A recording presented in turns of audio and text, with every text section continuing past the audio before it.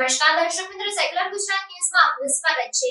સાવલી તાલુકાના ભાદરવા ગામમાં જીઆર ભગત હાઈસ્કૂલના બાળકો તથા પર્યાવરણ પ્રેમી વ્યક્તિઓ દ્વારા સીડબોલ બનાવવાનો નવતર પ્રયોગ કરવામાં આવ્યો। સાવલી તાલુકાના ભાદરવા ગામમાં પર્યાવરણ પ્રેમી વ્યક્તિઓ દ્વારા બોર તથા ફાલસા તથા સરગવીના બીજ એકઠા કરી જીઆર ભગત હાઈસ્કૂલના નાના કુમળા બાળકો સાથે મળી માટી, ખાતર તથા રાખોડીને ભેળવી સીડબોલ તૈયાર કરવાની પ્રક્રિયાથી વાકેફ કરવામાં આવ્યા, જેમાં 42 જેટલા ભૂલકાઓએ હાજર રહી 200 જેટલા સીડબોલ બનાવ્યા હતા અને આ સીડબોલ આવનાર ચોમાસાની સિઝનમાં 2000 સુધી બનાવી અને અલગ અલગ જગ્યાએ રોપી ઉછેરી મોટા કરવા માટેની તૈયારી દાખવી હતી, જેમાં પર્યાવરણ પ્રેમી વ્યક્તિઓ દ્વારા આ કામ હાથમાં લેવામાં આવ્યું હતું અને બને તેટલા વધુ સીડબોલ તથા વૃક્ષો રોપી ઉછેરી અને પર્યાવરણ માટે ઉપયોગી થવાની પ્રક્રિયા હાથ ધરી હતી। જો આવું કાર્ય કરી રોજિંદા જીવનની ખાદ્ય વસ્તુઓના બીજનો સદુપયોગ કરવામાં આવે તો ચોમાસા દરમિયાન ઘણા બધા વૃક્ષો આપમેળે ઉગી શકે તથા હાલ ચાલી રહેલી ગ્લોબલ વોર્મિંગની પ્રક્રિયામાં રોજબરોજના તાપમાનના વધારામાં કંઈક સુધારો થાય અને માણસ જ નહીં પરંતુ પશુ પક્ષીઓને પણ આમાંથી ઘણું બધું મળે તે હેતુસર કાર્યક્રમ રાખી સીડબોલ બનાવવામાં આવ્યા હતા અને પર્યાવરણ પ્રેમી શૈલેષભાઈ દ્વારા બાળકોને કહેવામાં આવ્યું હતું અને અન્ય વ્યક્તિઓને પણ અપીલ કરવામાં આવી હતી કે આવું કંઈક કરવાથી આપણી આવનારી પેઢી માટે નવું વાતાવરણ અને નવો માહોલ આવનારા સમયમાં આવા કાર્યો થકી જોવા મળશે। Reporter Vipul Chauhan, secular Gujarat news, Savli. Social મીડિયાના માધ્યમથી અમને એક નવતર પ્રયોગની જાણકારી મળી।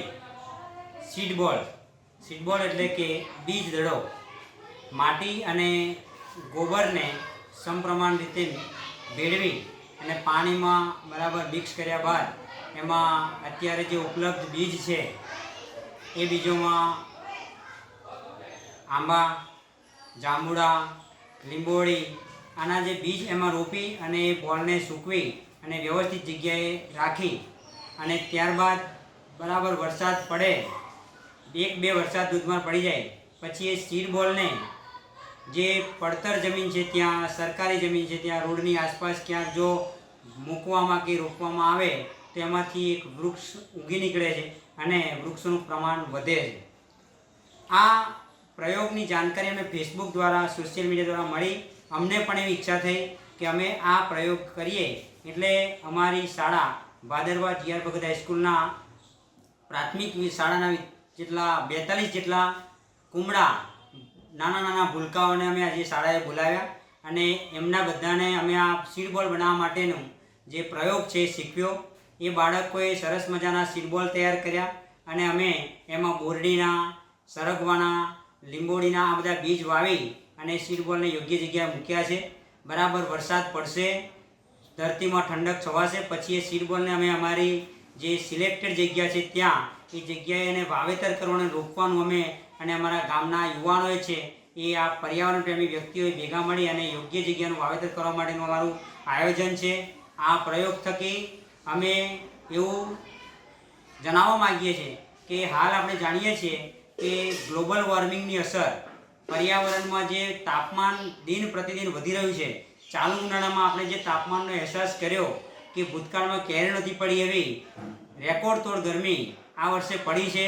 સમગ્ર ભારત વર્ષમાં આ રેકોર્ડ તોડ ગરમીના કારણે ઘણા બધા લોકોએ પોતાના જીવ પણ ગુમાવ્યા છે અને જે હાર્ટ એટેક કે હીટ સ્ટ્રોકની જે ઘટનાઓ બની છે એમાંથી ઘણા બધા લોકોના પરિવારોમાં જે સમસ્યાઓ સર્જાય એના વિશે ઘણું બધું જાણવા મળ્યું। અમને આ સોશિયલ મીડિયા દ્વારા જે જાણકારી મળી કે અમે આ જો પ્રયોગ કરીએ તો વૃક્ષોનું વાવેતર કરવામાં અમને એમાં થોડાક અંશે સફળતા મળે એમ છે। અમે પોતે આ પ્રયોગ જોયો, ત્યારબાદ આવનારી પેઢીના 42 જેટલા બાળકોને અમે આ પ્રયોગ શીખવવા માટે શાળામાં આજે આ સીડબોલનું કેવી રીતે સર્જન કરી શકાય એ માટે આયોજન ગોઠવ્યું હતું। શાળામાં બાળકો ઉપસ્થિત રહ્યા, ગામના પર્યાવરણ પ્રેમી વ્યક્તિઓ પણ હાજર રહ્યા અને સીડબોલ તૈયાર કર્યા છે। આ સીડબોલ અમે વરસાદ પડ્યા બાદ એની યોગ્ય જગ્યાએ વાવેતર કરીશું। પર્યાવરણની જે સમતુલા જોખમાઈ છે જેના કારણે ગ્લોબલ વોર્મિંગનો ખતરો જે ઊભો થયો છે એના સામે સલામત જીવન માટે વૃક્ષોનું વાવેતર કરવું ખૂબ જરૂરી બન્યું છે. જો વૃક્ષોનું વાવેતર કરવામાં નહીં આવે તો પ્રતિવર્ષ આ ગરમીનું પ્રમાણ છે વધતું રહેશે અને એનું જે પરિણામ છે માનવ જાતની સાથે સાથે સમગ્ર સૃષ્ટિએ પશુ પક્ષી તમામે ભોગવવું પડશે. અને એવું ન બને એટલે ભૂતકાળમાં જે કાર્યો થઈ ગયા, જે વિનાશ વેર્યો છે, વૃક્ષોનું નિકંદન કર્યું છે, એ ભૂલી આવનારી પેઢી વૃક્ષોનું વાવેતર કરે, પૃથ્વી પર વૃક્ષોનું પ્રમાણ વધે અને જેનાથી તાપમાનનો ઘટાડો કરવામાં આપણે કંઈક અંશે મદદ કરીએ એવા હેતુથી અમે આજે આ સીડ બોલ એટલે કે બીજ દડા બનાવવા માટેનું આયોજન ગોઠવ્યું હતું.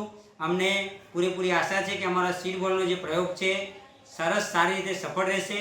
વૃક્ષોનું વાવેતર કરવાથી ફક્ત તાપમાનમાં જ ઘટાડો થશે એટલું નથી, પરંતુ જો વૃક્ષોનું પ્રમાણ વધશે તો શુદ્ધ હવા સાથે સાથે રસ્તે જતા આવતા રાહબર માણસોને પણ એનો છાંયડો મળશે, એના ફળ મળશે. બીજું કે પશુ પક્ષીઓ પણ આ વૃક્ષોના કારણે એનું સંવર્ધન થશે. ઘણા બધા પક્ષીઓ છે એ વૃક્ષોનું નિકંદન થવાના કારણે વિનાશ થવાના આરે આવ્યા છે. જો આવા ફળાવ વૃક્ષોનું વાવેતર થાય તો એ પક્ષીઓની જાતને પણ આપણે વિનાશ થવાના આરેથી એનું સંવર્ધન કરી અને એમનું પણ આપણે જતન કરી શકીએ. પર્યાવરણ એ આપણી સૌની પહેલી ફરજ છે. જો આપણે પર્યાવરણનું જતન કરીશું તો જ પર્યાવરણ આપણું જતન કરશે, આપણા માટે ઉપયોગી બનશે. એ હેતુથી અમે સૌ આજે ભેગા થયા હતા અને સીડ બોલનો અમારો જે પ્રયોગ છે એ અમે અમારા બાળકોને શીખ્યો છે અને આવનાર ચોમાસામાં અમે આ તૈયાર કરેલા તમામ સીડ બોલ અમારી ગામની આસપાસની જગ્યાએ એનું વાવેતર કરીશું. અમારો અને મારા તરફથી અમારી સમગ્ર આ પર્યાવરણ પ્રેમી ટીમનો એક સંદેશ છે કે અમારા આ પ્રયોગ થકી જેના સુધી આ માહિતી પહોંચે, આ વિડીયો જે પણ જોવે, સમાચાર જે પણ જોવે એ એમાંથી એક પ્રેરણા લે કે વૃક્ષોનું વાવેતર કરવા માટે આપણે નવી પેઢીને તૈયાર કરવી પડશે. સીડ બોલ તૈયાર કરીશું અને એને પડતર જગ્યામાં ક્યાંક વાવીશું તો એ વિશાળ વૃક્ષો તૈયાર થશે. અને હાલ જે પરિસ્થિતિ તાપમાનની છે, પક્ષીઓનું જે વિનાશ થવાના આરે છે, એ પરિસ્થિતિમાંથી આપણે આગળ આવી અને આવનારી પેઢીને આપણે જે મુશ્કેલીનો સામનો કરી રહ્યા છે, 50 ડિગ્રી તાપમાન સુધીનો આ વર્ષે જે અહેસાસ અનુભવ સમગ્ર ભારત વર્ષની જનતાએ કર્યો, એ આવનારી પેઢીને ન કરવો પડે એ માટેનો અમારો આ પ્રયોગ છે. એટલે તમામને મારા તરફથી એક સલાહ છે, સૂચન છે, વિનંતી છે કે વૃક્ષોના વાવેતર માટે આપણે સૌ કટિબદ્ધ બનીએ અને પર્યાવરણનું જતન કરવા માટે આગળ આવીએ. જય હિન્દ, જય ભારત.